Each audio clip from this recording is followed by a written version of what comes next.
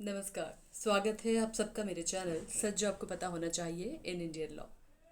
आज आप लोगों के जो कमेंट्स आते हैं ना उसको लेके मुझे कहना है।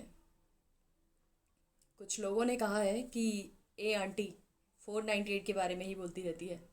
तुझे नहीं पता कि उसमें लड़कों के ऊपर लड़कियां झूठे झूठे एलिगेशंस लगाती हैं।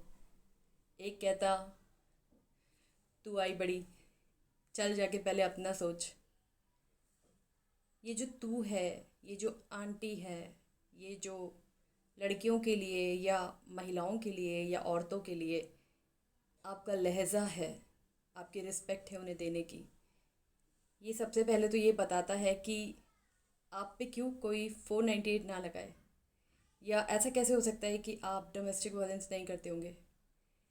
अगर आपको यही तमीज़ नहीं है कि आप किसी ऐसे चेहरे से जिसको आप जानते नहीं हैं, जिसको आप सिर्फ सुन रहे हैं, उसके लिए इस तरीके की लैंग्वेज यूज़ कर रहे हैं। आई डोंट नो कि आप अपने घर की महिलाओं के साथ किस तरीके का रवैया अपनाते होंगे। हो सकता है आप उसे उन्हें अपने पैर की जूती समझते हो, या फिर सिर्फ एक घर में लाई हुई नौकरानी, या फिर शायद दहेज ना देने की वजह से उन पे जब मर्जी चाहे हाथ उठा लिया जाए, गालियाँ दी जाए, मारा जाए या घर से बाहर निकाल दिया जाए।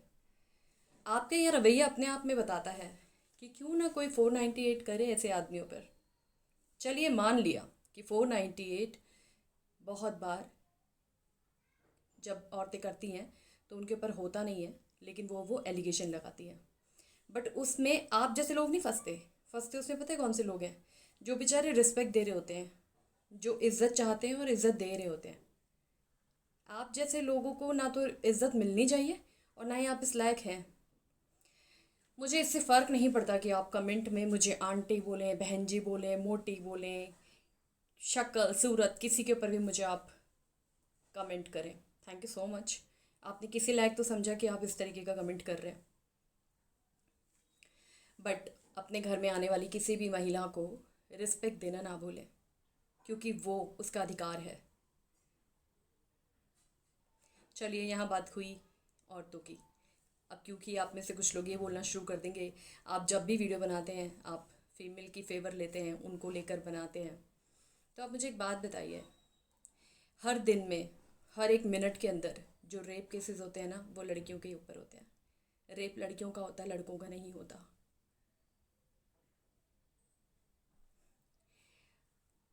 आज भी दहेज की वजह से लड़कियां जान दे देती हैं या उनको घर से निकाल दिया जाता है।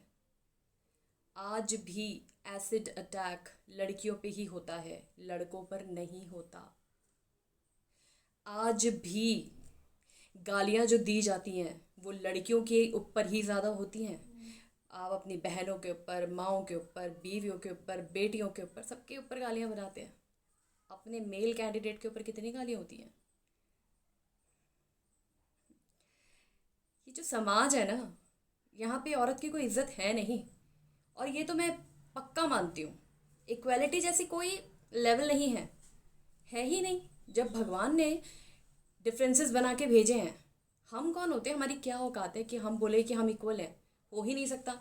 आपका उल्टा हाथ आपके सीधे हाथ से फ़र्क होता है, बॉडी तक में भी डिफरेंसेस होते हैं। मानते हैं इस बात को? तो फिर स्त्रीलिंग और पुल्लिंग दोनों में बहुत फ़र्क है। बस एक चीज़ दोनों के लिए अच्छी हो सकती है, अगर उन्हें अच्छे संस्कार दिए जाएं, अगर उन्हें रिश्ते निभाने की सही शिक्षा दी जाए, अगर उन्हें इज्जत लेना और देना दोनों सिखाया जाए, और दोनों को साथ में कैसे रहना है, एक दूसरे के विचारों को कैसे ना मिलते हुए भी एक दूसरे के साथ कैसे देना है, ये चीज़ें सिखाई जाएं, तो शायद कुछ हद तक गैप हम खुद से कम कर सकते हैं। ये सिर्फ सोच का फ़र्क है। आप ये मत सोचिए कि हम मॉडर्न हैं, हम बहुत हाईली क्वालिफाइड हैं, हम बहुत अच्छे जॉब में हैं, मैंने बहुत अच्छी मेरा सैलरी पैकेज है ईयरली सब कुछ, तो वो इंसान बहुत अच्छा होगा अपनी वाइफ के साथ, या वो लेडी बहुत अच्छी होगी अपने हस्बैंड के साथ। ऐसा कुछ नहीं होता। एक अनपढ़ औरत भी ना बहुत हद तक मॉडर्न हो सकती है। सारा जो फ़र्क है वो सिर्फ सोच का है, सोच का। उसके लिए ज़्यादा एजुकेशन की ज़रूरत नहीं है, उसके लिए अपने आप को यहाँ से चेंज करने की ज़रूरत है। और आप में से कितने ऐसे लोग हैं जो अपने आप को यहाँ से चेंज करना चाहते हैं? आपने किसी भी XYZ लड़की को उठा के गाली दे दी या उसके बारे में उल्टा पुल्टा बोल दिया, 2 मिनट सोचा भी नहीं कि आप किसी के लिए कुछ ऐसा बोल रहे हैं? क्या आपने कभी सोचा कि आपके घर में भी औरतें हैं, उनके लिए भी हो सकता है शायद कोई ऐसा सोचे, बोले या बोलेगा? डोमेस्टिक वायलेंस के ऊपर आज आप अपने लिए लड़ रहे हैं क्योंकि आपके ऊपर हो रहा है। 498 के लिए आप अपने ऊपर लड़ रहे हैं क्योंकि आपके साथ ऐसा हो रहा है। कल को जो आपके घर में बैठी हुई हैं लड़कियां, उनकी शादी करेंगे और उनके ऊपर ये चीज़ हो रही होगी, तब आप सबसे पहले इंसान होंगे जो ये बोलेंगे कि फटाफट पुलिस कंप्लेन करो। आपने जैसे ही पुलिस में कंप्लेन करी, वो सीधा आपको 498 की सलाह देते हैं और 498 के अंदर आते ही आप जाके सीधा जब एप्लीकेशन लेकर एक पर्चा लिखकर पॉइंट वाइज अपने सारी चीज़ें लिखते हैं और कुछ उसमें झूठे बनाते हैं और कुछ सच्चे होते हैं, वो सब मिक्स एंड मैच होते हैं और आप एक लॉयर हायर करते हैं। उसके बाद वो आपकी कहानी में मिर्च मसाला लगा के अलग से बताते हैं। अल्टीमेटली 498 ऐसे जन्म दिया जाता है। अगर आपने अपने घर के मुद्दे को घर के अंदर ही रख के उसको वहीं के वहीं रिजॉल्व कर लिया होता, अगर आप अपनी बीवी के वो बाहर उठते कदम को वहीं रोक लेते, या फिर आप अपनी ज़ुबान से उसके लिए होने वाले वो गंदे अपशब्द या उसके लिए कहीं एक स्टैंड ले लेते, तो शायद ऐसा ना होता। 498 के काफ़ी केसेस कम हो सकते हैं अगर आप खुद से कुछ करना चाहें तो। आप बताइए, आप कितने परसेंट तक इस बात को मानते हैं कि मेरी बात में सच्चाई है? मैं इस चीज़ के बिल्कुल खिलाफ नहीं हूँ कि लड़कियाँ झूठे केसेस नहीं करती होंगी, मैं मानती हूँ करती होंगी। लेकिन क्या आपने मौका नहीं दिया? या आप इतने महान हैं कि आपने कुछ गलत या झूठ नहीं बोला? बताइए, अपने आप को बचाने के लिए आपने क्या किया? आपने भी तो कोर्ट में जाके वकील को हायर करके 4 चीज़ें झूठे एलिगेशन लगा के अपनी सफाई पेश करी। फिर आप ये कैसे कह सकते हैं कि फलाना बंदा मुझ पे 498 का केस करके मुझे पैसे मांगने के लिए मजबूर कर रहा है? कुछ लड़कों का तो कहना है कि लड़कियां शादी इसीलिए करती हैं या फिर ऐसे आदमी से शादी करना चाहती हैं जो स्मार्ट हो, इंटेलिजेंट हो, पैसे वाला हो, अच्छी जॉब वाला हो, एजुकेटेड हो, वेल क्वालिफाइड हो। क्या बुराई है? आप किसी भिखारन से, किसी रोड छाप लड़की से या किसी के घर में नौकरानी काम करने वाली लड़की से शादी कर लेंगे? बोलिए। अगर आप अपने आप को 10 नंबर देते हैं तो आप किसी ऐसी लड़की से शादी करेंगे जिसको आप 15 दे सकें? एटलीस्ट इतना तो करेंगे। और अगर इतनी ही महानता है और आपके अंदर इस सब चीज़ों को लेकर कोई भी भेदभाव नहीं है, आपके घर में भी काम वाली आती होगी, उसकी लड़की भी शायद कुंवारी होगी, आप बोल दीजिए मेरे घर में लड़का है और मैं अपने लड़के की शादी कराना चाहती हूँ, तुम बहुत अच्छी हो, तुम्हें घर के सारे काम आते हैं, तुमने अपनी लड़की को भी सिखाया होगा, थोड़ा बहुत पढ़ा लिखा भी दिया होगा, शक्ल वकल से हमें कोई फ़र्क नहीं पड़ता, पैसा वैसा हमारे लिए कोई मैटर नहीं करता, लड़की एजुकेटेड हो ना हो इससे भी कोई फ़र्क नहीं पड़ता, बस तुम एक जोड़े में अपने कपड़े लड़की को लेकर आना और हम मंदिर में जाके शादी करवा देंगे। करवा लेते हो क्या? जब आप नहीं करवाते हो तो आप दूसरे से कैसे बोल रहे हो कि वो ऑप्शंस रखती हैं? आप भी तो ऑप्शंस रखते हैं। उस ऑप्शंस में कितनी सारी चीज़ें होती हैं, खाने में ये वैरायटी चाहिए, टेंट ऐसा लगा होना चाहिए, फलाना हॉल जो है वो बुक होना चाहिए, इतने लोगों को सोने की रिंग देनी चाहिए, इतने लोगों को पैसे देने चाहिए, इतने लोगों का एनवेलप बटना चाहिए, सबके लिए कपड़े आने चाहिए, ईयरली आपको कुछ अलग से चाहिए होता है, हर त्यौहार में अलग से चाहिए होता है। उसके बाद आप लोग बैठ के हिसाब किताब करते हो, दहेज अलग आपको चाहिए होता है, गोल्ड में अलग आपको देखना होता है, कैश आपको अलग चाहिए, बाइक अलग चाहिए, किसी को गाड़ी अलग चाहिए। आप लोग तो बोलियां लगती है इस हिसाब से कि जिस लेवल पे नौकरी है, जिस लेवल पे पैकेज है, उस लेवल की लड़की, उससे अपर लेवल की लड़की को लाया जाए ताकि वो उतने लेवल का दहेज दे सके। आप नहीं बिकते हो। आपके माँ बाप आपको बाजार में खड़ा करते हैं बिकने के लिए। क्यों नाम लगा रहे हो लड़कियों का कि लड़कियां जाके आपको बोलती हैं कि मुझे ऐसा ऐसा लड़का चाहिए? आप उनको चॉइस दे रहे हैं खुद से, ऑप्शंस आपने दिए हैं। अगर हमारे पास ऑप्शन ना हो और हमें पता है कि हाँ हमारी बड़े होकर शादी हो जानी है, then it's fine for us, we ready कि हाँ हम शादी कर लेंगे। जैसे पहले ज़माने में होता था, लड़का लड़की एक दूसरे को देखते भी नहीं थे, माँ बाप जाके रिश्ता तय करके आते थे और शादी हो जाती थी। मैं यहाँ पैसे की बात नहीं कर रही हूँ, यहाँ पे मैं ऑप्शन और ना ऑप्शन होने की बात कर रही हूँ। अब लड़कियां एजुकेटेड हो चुकी हैं, घर वाले भी चाहते हैं कि जहाँ लड़की जाए वो अच्छे से अपनी फैमिली में रहे, उसका गुजर बसर अच्छा हो, किसी के आगे हाथ फैलाने की नौबत ना आए, अपने घर में इज्जत से 2 रोटी खाए और अपने घर वालों को इज्जत दे और उनके साथ अच्छे से मिक्स होकर रहे। एक इज्जतदार संस्कारी माँ बाप यही चाहेंगे और आप भी ऐसी ही लड़की चाहेंगे। लेकिन आप ये क्यों भूल जाते हैं साथ साथ में जो आपकी जो ज़ुबान है जिसमें आपका कंट्रोल नहीं होता और आपकी जो बदतमीज़ियाँ उसके लिए ख़त्म नहीं होती हैं, उसका क्या? देखिए, ये दोनों हाथ का है, ताली यूं ही बजती है, ताली ऐसे नहीं बजती, ऐसे नहीं बजती, ताली तो यूं ही बजती है। अब ताली बजाने में आपका कितना सहयोग था और कितनी तेज़ आपका हाथ था चलने के लिए, यू नो इट बेटर। मुझे कहने की करने की ज़रूरत नहीं है। मेरी वीडियो यहीं ख़त्म होती है। बट फालतू के ऐसे कमेंट लिख के आप लोग अपनी एनर्जी वेस्ट करते हो और एक्चुअली आप दिखाते हैं कि आप मेंटली कितने सिक हैं। बहुत बुरा लगता है मुझे सोच के कि आज भी हमारे यहाँ आदमियों की सोच ऐसी है। 498 में फंसे हुए हैं तो उनको ये लगता है कि 498 में जाके सारी लड़कियाँ इसी टाइप की मिलेंगी, या इस लड़की ने मेरे पे ऐसे कर दिया, उस लड़की ने ऐसे कर दिया। ये नहीं बताते, बोलते हैं मम्मा मम्मा मुझे उसने मारा। ये भी तो बताओ कि तुमने उससे पहले क्या करा कि तुम पिटे हो। ऐसे कोई पागल नहीं होता जो उठा के 498 कर दे। जिस लड़की को आपके साथ नहीं रहना होगा वो सीधा केस डालेगी, पैसे मांगेगी, लेकिन थोड़ा केस 1-2 साल चला के फिर अल्टीमेटली अगर वो आपके साथ नहीं रहना चाहती, सुलह करके वो केस को ख़त्म करेगी और अल्टीमेटली डिवोर्स दे देगी। थोड़ा बहुत डेफिनेटली लेगी क्योंकि शादी में खर्चा हुआ है। या तो आप शादी में खर्चा ना करें, शादी बहुत सिंपल तरीके से कीजिए, मंदिर में जाइए, 7 फेरे लीजिए, घर आ जाइए, डॉक्यूमेंटेड कीजिए उसको, रिटर्न में रखिए उस चीज़ को, सो दैट इन फ्यूचर जब शादी की ऐसी कोई बात आए, लड़की आप पे एलिगेशन लगाए, आप वहाँ पे ये एज अ प्रूफ दे सकें। आपकी सेफ्टी के लिए बता रही हूँ ये, मेल कैंडिडेट के लिए। और दूसरी बात, अगर आपने किसी को अपनी ज़िंदगी से निकालने के लिए या अपनी ज़िंदगी से छुटकारा पाने के लिए या इन सब चीज़ों से निजात पाने के लिए कुछ पैसे दे भी दिए, I don't think it's matter.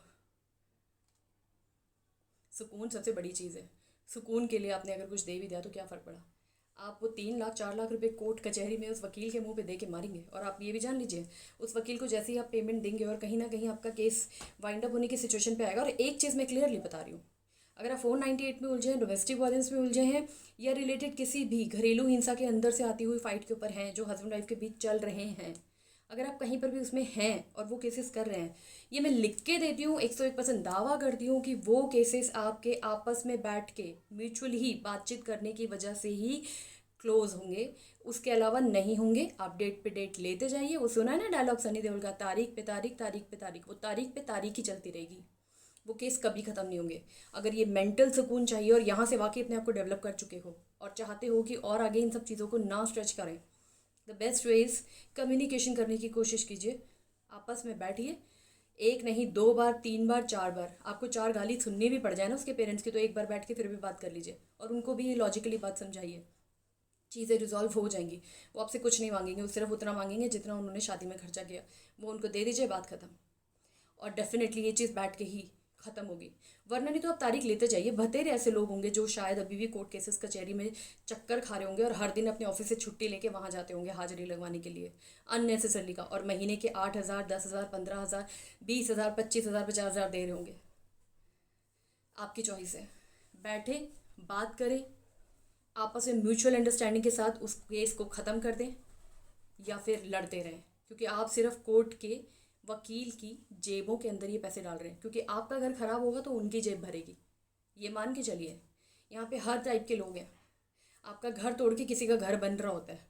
अब आपको क्या बनना है वो सोचिए, क्योंकि घर तो आपका टूट ही चुका है, that you know very well. अब आपने ये देखना है कि आपकी लाइफ के जो बचा हुआ टाइम है उसमें आपको अपनी एज बचानी है, टाइम पे अपने बच्चे होने चाहिए, आपको अपना पैसा बचाना है, मेंटल जो स्ट्रेस है उससे बाहर निकलना है ताकि आगे बीमारियां ना हो। उसके लिए आप क्या कर सकते हैं, क्योंकि उसमें आपको कोई हेल्प नहीं करेगा सिवाय आपके अपने खुद के। तो वो सोचिए, उसको लेकर चलिए, उसके बारे में सोचिए और तब डिसीजन लीजिए। हाँ, अननेसेसरली का ये चीज़ मत बोलिए 498 ये वो लड़की बड़की ये। आप फालतू के ऐसे कमेंट करते हैं, जब आपके सर पे पड़ेगी ना, जिन लोगों की पड़ी नहीं है अभी और जिनको वाकई जाना पड़ जाए ऐसे, तब उन्हें पता चलेगा कि ये कोर्ट कचहरी होती क्या है। भगवान ही बचाए कोर्ट कचहरी से।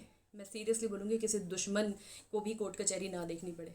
ऐसी चीज़ है कोर्ट कचहरी, सिर्फ उलझाती है, सिर्फ उलझाती है, और उलझाने पे वो पैसे लेती है।